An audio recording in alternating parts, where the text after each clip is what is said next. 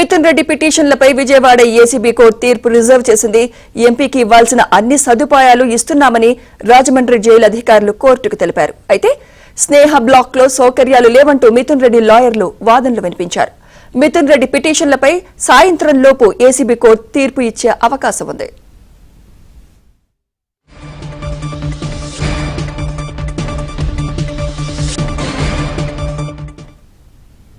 మరోవైపు మద్యం కేసు నిందితులను విజయవాడ ఏసీబీ కోర్టుకు తరలించారు.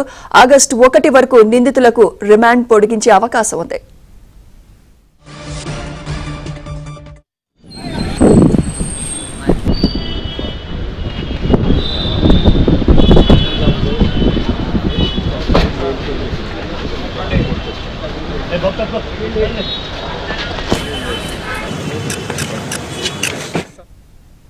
ఇదే అంశంపై లేటెస్ట్ అప్డేట్స్ మా ప్రతినిధి ప్రసాద్ అందిస్తారు. ప్రసాద్.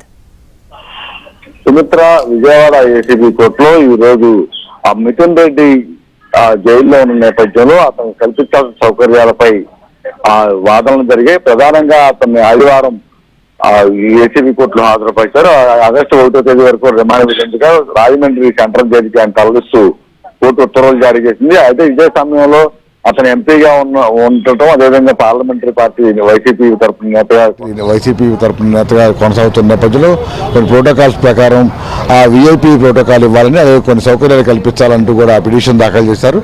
అయితే అత్యవసరంగా కేవలం మంచం ఏర్పాటు చేయడంతో పాటు ఇతర సౌకర్యాలపై పిటిషన్ ఆర్గ్యుమెంట్స్ విన్న తర్వాత, అదేవిధంగా జైలు అధికారుల నివేదిక కూడా తీసుకున్న తర్వాత దానికి సంబంధించి అనుమతులు ఇస్తామని కూడా ఆ రోజు న్యాయాధికారి చెప్పడం జరిగింది. ఈ పరిణామాల నేపథ్యంలో నిన్న కూడా దీనికి సంబంధించి వాదనలు జరిగిన సమయంలో ఆ జిల్లా రాజమండ్రి సెంట్రల్ జైలుకి సంబంధించి డిఎస్పీ స్థాయి అధికారి కానీ సూపరింటెండెంట్ కానీ వచ్చి కోర్టులో దాని అక్కడ సౌకర్యాలకు సంబంధించి ఎటువంటి అవకాశాలు ఉన్నాయో, ఏ విధంగా సౌకర్యాలు కల్పించవచ్చు అనే అంశాలపై కూడా ఆ కోర్టుకి విన్నవించాలని కూడా ఆదేశాలు జారీ చేశారు. ఈ పరిణామాల నేపథ్యంలో ఈరోజు ఉదయం రాజమండ్రి సెంట్రల్ జైలు నుంచి డిఎస్పీ స్థాయి అధికారి ఏసీబీ కోర్టుకు చేరుకున్నారు. దీనికి సంబంధించి విచారణ జరిగిన సమయంలో విఐపీ ప్రోటోకాల్ పాటించడం లేదని, ఉద్దేశపూర్వకంగా కోర్టు కొన్ని సౌకర్యాలు కల్పించినా కూడా వీటిని జైలు అధికారులు సౌకర్యాలు ఇవ్వలేదని కూడా చెప్పుకొచ్చారు. అయితే దీనికి సంబంధించి ప్రాసిక్యూషన్ తరఫున ఎవరైతే గతంలో విఐపీలు ఈ జైల్లో ఉన్న సమయంలో ఎటువంటి సదుపాయాలు కల్పించామో, అయ్యే సదుపాయాలు కల్పించామని, అది స్నేహ బ్లాక్లో ఆయనకి మొత్తం అన్ని రకాల సదుపాయాలు కల్పించారు. అదనంగా ఎటువంటి సౌకర్యాలు కావాలన్నా కూడా కోర్టు అనుమతిస్తే తాము తప్పకుండా ఏర్పాటు చేస్తామంటూ కూడా ఆ జైలు అధికారులు ఆ కోర్టుకు విన్నవించడం జరిగింది. ప్రస్తుతం దీనికి సంబంధించి వాదనలు పూర్తి అవడంతో తీర్పు రిజర్వ్ చేశారు. ఈరోజు మధ్యాహ్నం తర్వాత, అంటే లంచ్ తర్వాత కానీ సాయంత్రం కోర్టు సమయం ముగిసే సమయంలో కానీ ఎటువంటి సౌకర్యాలు కల్పిస్తారనే అంశాలపై కూడా ఆ కోర్టు నుంచి స్పష్టమైన ఆదేశాలు జారీ చేసే అవకాశం ఉందని కూడా చెప్తా ఉన్నారు. ప్రధానంగా వీటిలో మిథున్ రెడ్డి తరపున న్యాయవాదులు కోరింది అంటే జైలు హాల్లో టీవీతో పాటు ప్రతిరోజు పేపర్ ఉండాలని, అదేవిధంగా ధ్యానం చేసుకునేందుకు, యోగా చేసుకునేందుకు మ్యాట్తో పాటు పుస్తకాలు, పెన్నులు కూడా ఇవ్వాలని కూడా కోరారు. ఎందుకంటే పార్లమెంటరీ పార్టీ నేతగా ఉన్న నేపథ్యంలో ఈ పార్లమెంట్ సమావేశాలు ఫాలో అవ్వాల్సి ఉంది.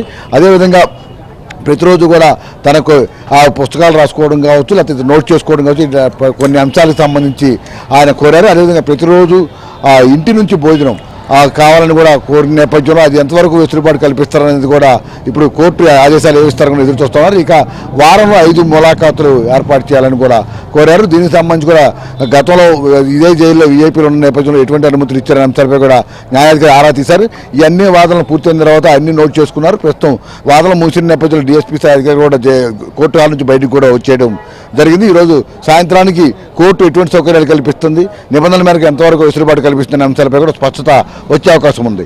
మరోవైపు ఈ ఏసీబీ కోర్టులోనే ఈరోజు మద్యం కుంభకోణానికి సంబంధించి ఇప్పటివరకు మొత్తం 12 మంది నిందితులు అరెస్టు కాగా 12వ నిందితుడిగా మిథున్ రెడ్డిని మొన్న అరెస్ట్ చేయడం, రాజమండ్రి సెంట్రల్ జైలుకి తరలించగా మిగిలిన 11 మంది కూడా గత 2 పర్యాయాలు కూడా వర్చువల్ విధానంలోనే వారిని హాజరుపరిచారు, వారికి రిమాండ్ పొడిగించారు. అయితే గత పర్యాయంలో 14 రోజులు రిమాండ్ విధించాల్సి ఉంటే కేవలం 7 రోజులు మాత్రమే ఏసీబీ కోర్టు రిమాండ్ విధించింది. ఎందుకంటే ప్రధానంగా ఈ ఛార్జ్ షీట్ దాఖలు చేయాల్సిన సమయం గడువు దగ్గర నేపథ్యంలో సిట్ అధికారులు విజ్ఞప్తి మేరకు 7 రోజులు మాత్రమే రిమాండ్ పొడిగించారు. అది ఈ రోజుతో గడువు పూర్తి కావడంతో 11 మంది నిందితుల్ని ఇటు కేసిరెడ్డి రాజశేఖర్ రెడ్డి, ధనంజయ రెడ్డి, చెవిరెడ్డి భాస్కర్ రెడ్డి, కృష్ణమోహన్ రెడ్డి, బాలాజీ గోవిందప్ప, అదేవిధంగా ఇతర నిందితులందరినీ కూడా కొద్దిసేపటి ఏసీబీ కోర్టు తీసుకొచ్చారు. మరి కాసేపట్లో కోర్టు హాల్లో హాజరుపరిచే అవకాశం ఉంది.